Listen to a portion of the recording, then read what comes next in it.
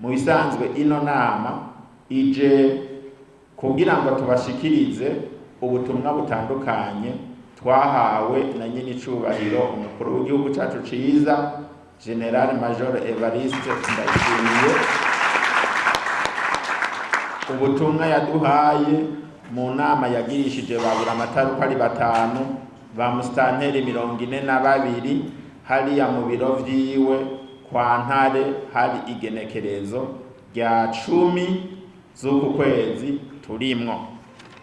Bukeye bwaho umushikiranganje wa mbere yaraduhamagaye twebwe baburamatari batanu nawene aratugirisha inama yunganira yashimangira ubutumwa nyenicubahiro umukuru w'igihugu yari yaraye aduhaye. Murumva tuvuye ku mukuru w'igihugu tukaja ku mushikiranganje wa mbere tuca tuza kwa buramatari nawe agacaja kwa mustanteri na ba escome, havuye abo hacaza ba chef de zone, hanyuma muva ngaha ba mustanteri n'aba chef de zone namwe tubahaye ubwahuro bwo guca muja kugirisha amanama abakuru b'imitumba.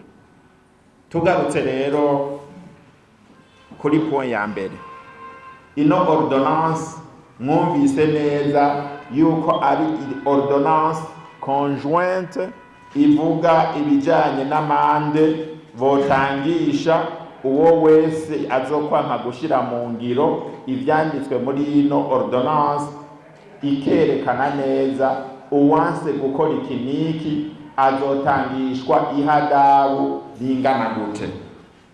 Aho rero mu nkundire ndababwire igituma bashizeho ino ordonnance conjointe. Nukubera mu gihugu babonye yuko hari agahaze mu bijanye n'isuku n'isukura, baca bavuga bati ibyo byose aho hari ingorane z'isuku n'isukura nuko biboneka yuko atamuhimirizo ukwiye, atanguvu zikwiye abantu bariko barashiramo kugira ngo isuku n'isukura libeho.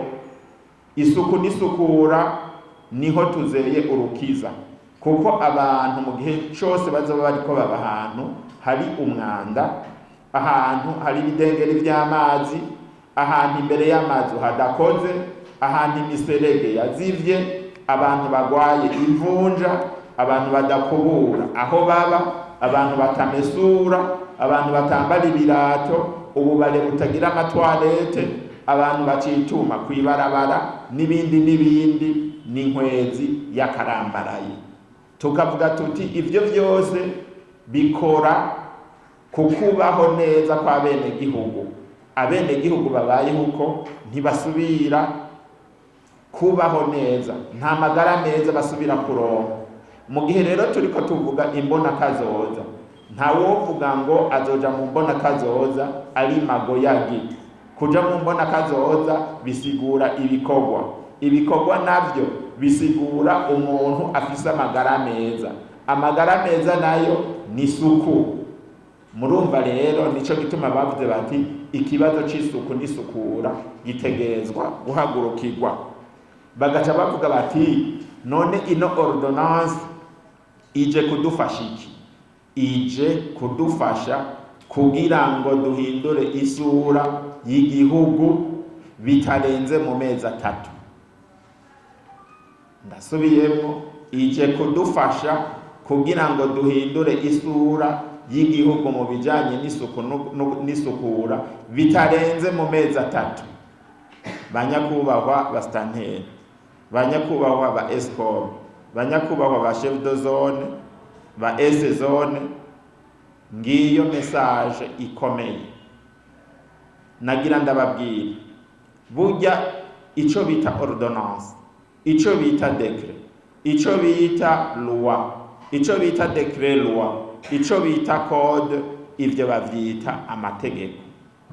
Itegeko rero nkuko muryumva mu gifaransa ni ordre. Umuntu aguhaye ordre uca wexecuta. Nukuvuga rero l'ordonnance dont il est question ngaha ni exécutoire.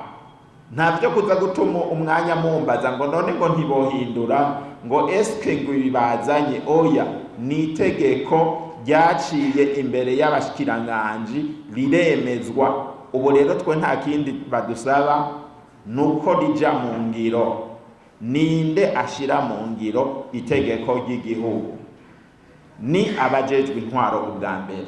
Iyo tuvuze abajejwe intwaro singaruka ku mugambwe kuko ntituri suppose kuba dufatanye, ahubwo turafatanye.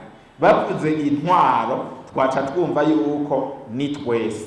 No kuvuga rero ni intwaro n'umugambwe, ni abajejwe amategeko, abanyamategeko, ni abajejwe umutekano, kuko mu kurishira mu ngiro ino ordonnance bizosaba yuko abo bose dukorana.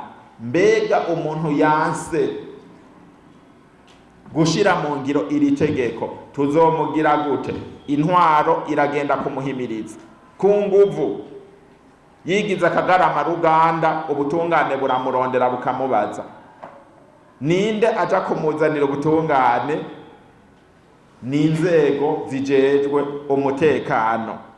Murumva rero yuko hageze gushira itegeko mu ngiro ino ordonnance, umuntu aca yibaza ati ninde azorishira mu ngiro? Ni intwaro ubwa mbere ishikira umwene gihugu kugira imwumvishe ibiri muri ino ordonnance, ni kandi abajejwe umutekano, ni kandi n'ubutungane. Ico nagomba yuko mukimenya, mugabo mwumve yuko lino tegeko nshikiranganje ryasinywe n'abashikiranganje babiri. Intumbero no guhindura igihugu cacu, canza ku ntara ituraba no guhindura ishusho y'intara.